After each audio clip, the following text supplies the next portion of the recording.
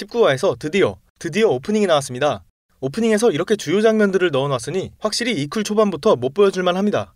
노래도 좋았고 개인적으로 기대하고 있었는데 너무 잘 만들어주었습니다. 오프닝 속 장면에 대한 해석은 이 영상 바로 다음에 제작하겠습니다.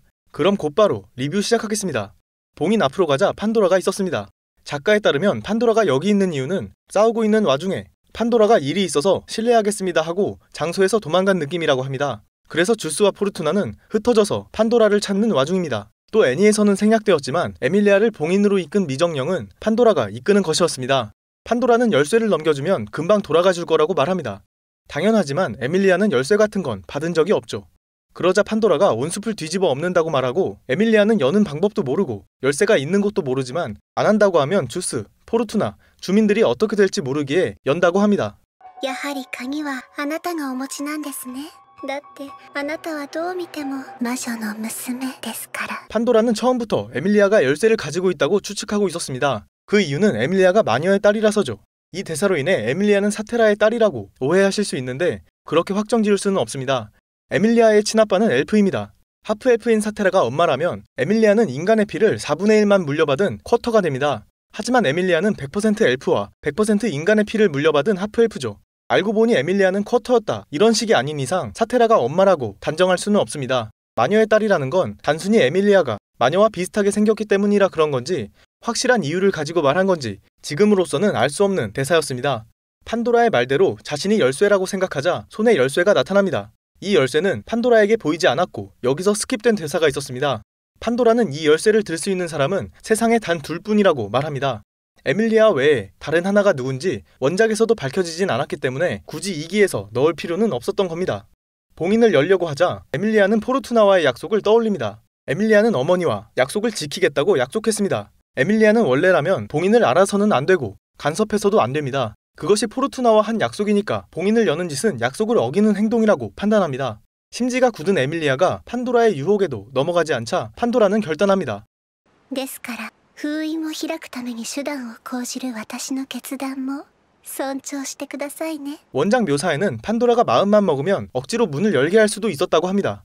하지만 그렇게 하지 않은 건 판도라 안에 확실하게 있는 선성, 착한 성질과 같은 무언가 때문이라고 합니다. 판도라 역시 마녀답게 이해할 수 없는 사고방식입니다. 포르투나가 마침내 판도라를 찾고 공격합니다. 이 장면은 판도라가 에밀리아를 감싸는 것입니다. 포르투나 위치에서는 에밀리아가 보이지 않았고 에밀리아가 여기 있을 거라 생각도 못해서 얼음을 날렸습니다. 그래서 판도라는 일부러 뒤를 돌아 위치를 옮겨 자신이 얼음에 맞고도 에밀리아에게 닿지 않도록 한 장면이었습니다. 죽었던 판도라의 시체는 사라지고 놀라는 포르투나를 보며 판도라가 역시 모녀라고 말하지만 포르투나는 자신이 어머니가 아니고 에밀리아의 귀여운 얼굴은 새 언니를 닮은 거라 말하죠. 판도라는 에밀리아의 어머니와 면식이 있고 포르투나의 반응으로 보면 판도라가 에밀리아의 어머니를 죽였다고 보이는 대사였습니다. 마녀인 자는 페텔기우스처럼 직접 인자를 흡수하는 경우나 마녀를 죽여서 자신에게 옮겨지는 경우 깃듭니다. 판도라가 마녀의 딸이라고 말한 게 말 그대로 정말 마녀를 지칭하는 게 맞다면 에밀리아의 어머니는 인간 출신의 마녀였을 가능성도 있습니다. 마녀도 아이를 만들 수 있기 때문에 작중 대사인 마녀의 딸 하프엘프도 충족하고 판도라가 에밀리아의 어머니를 죽이고 허식이 되었다고도 생각할 수 있겠습니다. 이어 주스가 등장하고 판도라에게 공격을 날리지만 보이지 않는 손은 포르투나의 가슴을 꿰뚫습니다. 주스는 계속해서 보이지 않는 손으로 날려버리지만 느린 배속으로 보면 실제와 환상이 겹쳐 보이고 있었습니다.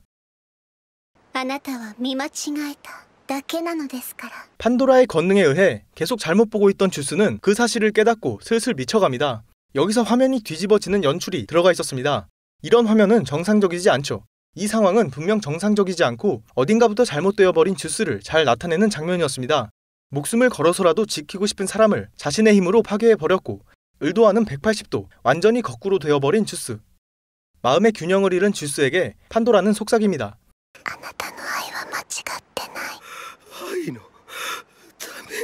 주스는 사랑을 되뇌이면서 움직임이 멈춥니다. 이때 화면에서 판도라의 얼굴은 보이지 않지만 원작에서는 만족스럽게 미소를 지을 뿐이라고 묘사되고 있었습니다.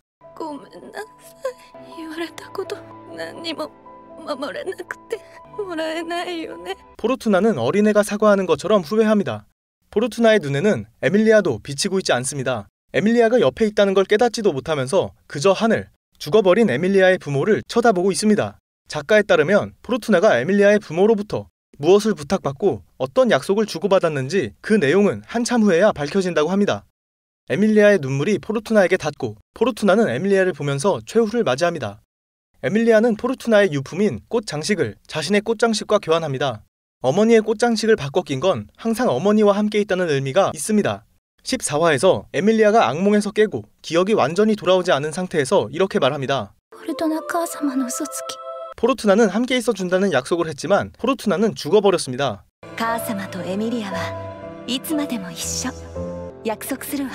에밀리아는 사건의 전말을 모를 때는 거짓말쟁이라고 했고 시청자 입장에서 봐도 포르투나는 함께 있어준다는 약속을 어긴 것처럼 보여집니다.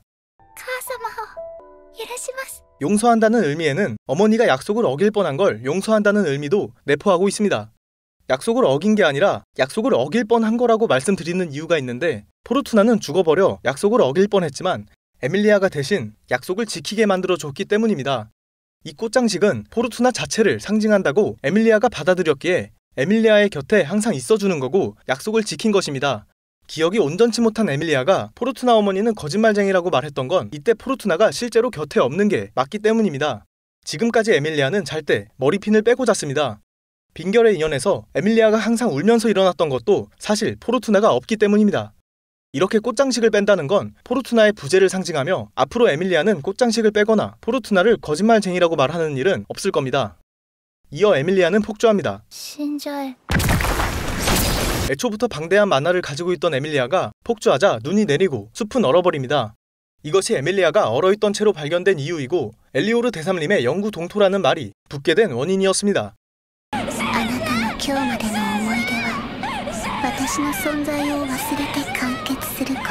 판도라는 에밀리아의 기억을 조작하고 기억을 잊어버린 채로 약속을 지켜야 한다는 생각만 남아버렸기에 이전 에밀리아가 약속에 그렇게 집착했던 원인이 됩니다.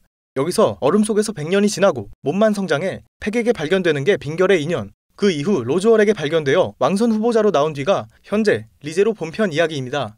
하지만 팩이 왔을 때나 로즈월이 왔을 때 봉인은 없었는데 판도라가 돌아가면서 봉인을 가져간 것입니다. 듀스에게 무언가를 속삭이면서 데려가고 이후로는 아시다시피 지금의 페텔기우스가 되었습니다. 참고로 페텔기우스가 가면서 웃는 건 원작에 없던 애니메이션 오리지널 연출입니다. 마지막으로 에밀리아는 포르투나의 시체를 바라보며 얼어버립니다. 여기까지 보면 에밀리아가 실현이 끝나고 대삼림에 가면 에밀리아가 얼어있던 곳에 포르투나가 있을 것이라고 생각하는 분들도 계실 겁니다. 새로운 대제주교의 탄생. 이 대사가 판도라가 개쓰레기인 부분입니다. 에밀리아의 폭주에 대삼림의 모든 것, 나무를 포함해 집 같은 건축물이나 모든 사람들이 얼어버렸지만 판도라는 얼지 않았습니다. 그리고 판도라가 가져가는 것들도 얼지 않았죠. 페텔기우스, 봉인은 얼지 않았고 그리고 포르투나도 얼지 않았습니다. 정황상 포르투나도 판도라가 데려갔다고 유추할 수 있는데 현재 리제로 추측 중에 대제주교 중 하나가 포르투나와 비슷하다는 추측이 있습니다. 만약 판도라가 포르투나도 대제주교로 만들어버린 게 맞다면 이만한 악질이 없다는 겁니다. 이 모든 상황을 지켜본 에밀리아는 자신의 과거와 완전히 마주함으로써 첫 번째 시련을 통과합니다. 에키드나가 에밀리아의 친어머니를 알고 있고 에밀리아를 싫어하는 이유도 친어머니와 무관하지 않다는 대사를 하지만 애니에서는 나오지 않았습니다. 돌아온 에밀리아의 눈에 띄던 건 좋아해라고 낙서한 부분이었습니다. 에밀리아가 어머니를 그리워하면서 길고 긴 첫 번째 시련 에피소드가 드디어 끝이 나고 시점은 다시 스바루 시점으로 돌아옵니다. 이 시점은 아직 에밀리아가 시련을 받는 도중 류즈의 과거 회상 타임입니다. 이 대화가 이해가 가지 않는 건 스바루는 회상을 다 듣고 말을 하는 거고 시청자들은 아직 회상을 끝까지 못 봤기 때문입니다. 스바루가 들은 류즈 메이엘의 기억은 지난 화에 이어서 다음 화에 나올 것으로 예상됩니다. 남은 스바루와 오토가 로즈월을 만나러 간다는 걸 눈치채고 자리를 비켜주었습니다.